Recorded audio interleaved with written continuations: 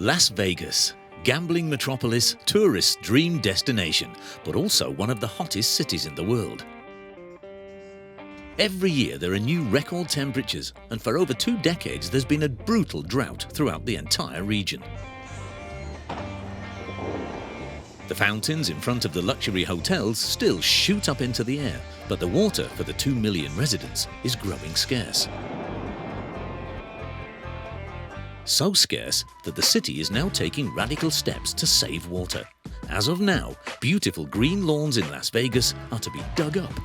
But what exactly will that achieve? And what do the residents think? I think it's fantastic. We live in a desert. We need to act like it. I thought they're going to just do some renovation and then put the grass back.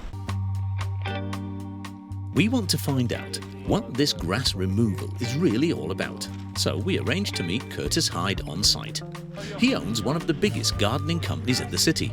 And since this summer, they've been doing nothing but removing lawns. Once the mandate hit, it was like wildfire. Hundreds of customers calling us. They want a plan, they want a budget, because in some cases it's going to cost several $1,000,000 to get the grass out for one property. So it's a big deal. It's good business for you guys. It is good business, yes. We're going to be busy doing this every month for the next 5 years. This traffic island was completely covered in grass last week. Now Curtis workers are turning over the soil, which will soon be home to plants that need very little water. The rest will then be covered with stones. Las Vegas condominium associations have to pay for these conversions themselves, whether they like it or not. I thought they're going to just do some renovation and then put the grass back, but if that is the case, I don't know. I'm not into it really. Well, grass absorbs the CO2.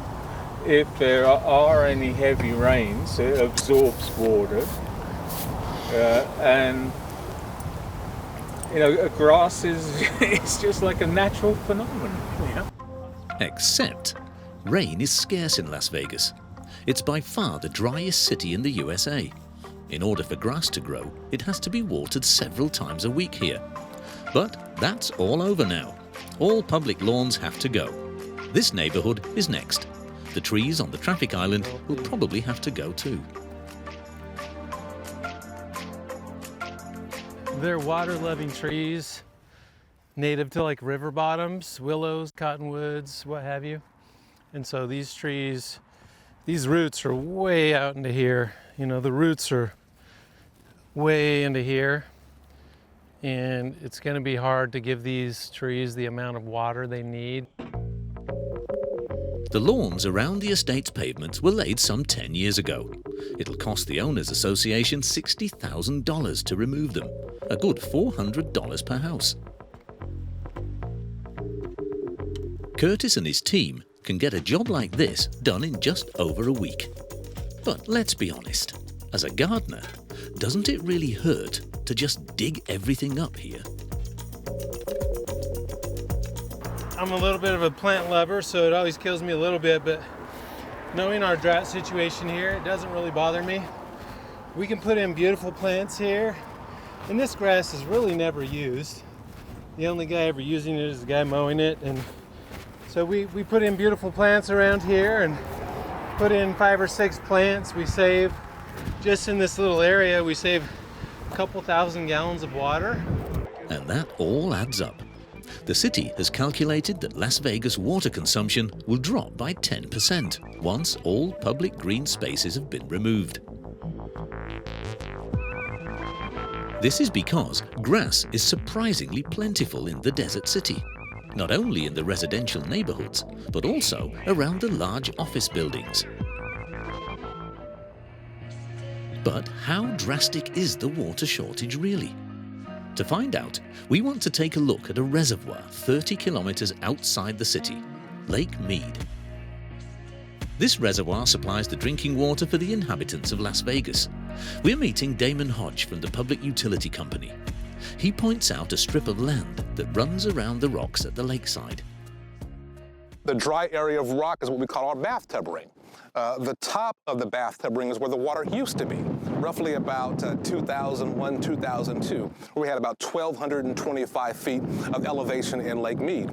And over the last 20 or so years, the water level has dropped about 150 feet. So that's where the bottom of the lake is right now. So it kind of shows you over the last 20 years with drought and climate change, the impact that it's had on our water levels here in Lake Mead. From the air, you can see that the former water line stretches around the entire lake. And on the ground, you can see the full extent of the drought that began in 2001. All of this used to be part of the lake. 10 years ago, motorboats used to dock at this jetty. The risk that the drinking water could run out at some point is very obvious here. The water of Lake Mead is meltwater. It comes from the Rocky Mountains and flows into the lake via the Colorado River. But climate change and extreme drought have led to less and less water flowing into Lake Mead. 60% less water per year than 20 years ago. This means that every year there's also less water available for Las Vegas. But could the lake recover at some point? That water is not coming back. Doing nothing is not an option, right? So conservation is very important. That's probably one of the biggest ways we can ensure that water level doesn't drop even lower. Las Vegas residents have 4 years. Starting in 2026, only usable grass areas like sports fields and golf courses will be allowed. But what about the many green front gardens? Will they be allowed to stay? That's what we want to know from local politician Howard Watts. He helped draft the Las Vegas anti-turf law. New construction can't have grass. But for existing homes, we haven't gotten to that point yet. We started with some of the homeowner associations, office parks, first of all because it's a smaller group of entities and they have a lot more grass when you put them together. So we started where we could get the most bang for our buck. So with single-family homes, it might be more difficult. Howard's own neighborhood is a good example. Lawnless front yards lie side by side with the typical green spaces you see in US suburbs.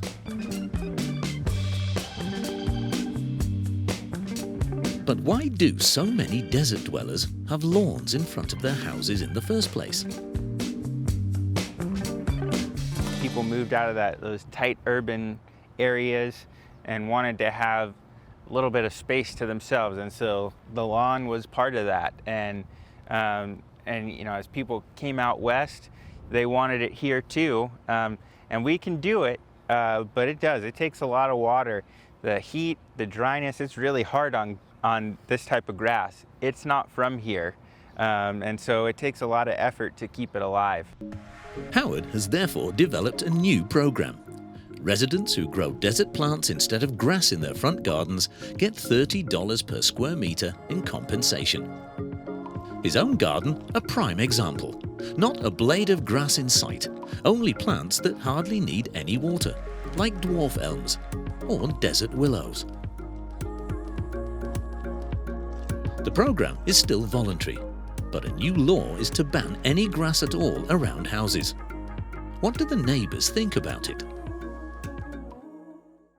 Oh, I'm sure there are some people who like grass, but you have to be practical. I mean, with the lake at the lowest level it's ever been, and if you've ever gone out and seen it, it's horrible. I used to go boating all the time out there. We don't have any choice. I think it's fantastic. We live in a desert. We need to act like it.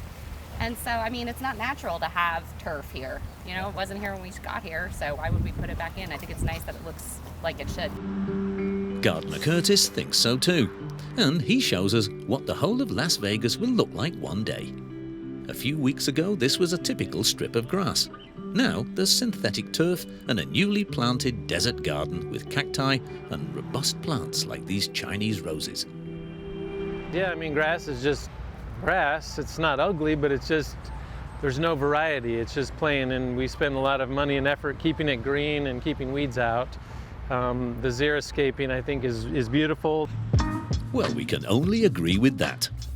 We'll be keeping our fingers crossed that a lawnless Las Vegas will keep the water flowing, both in front of the casinos and in the city's homes.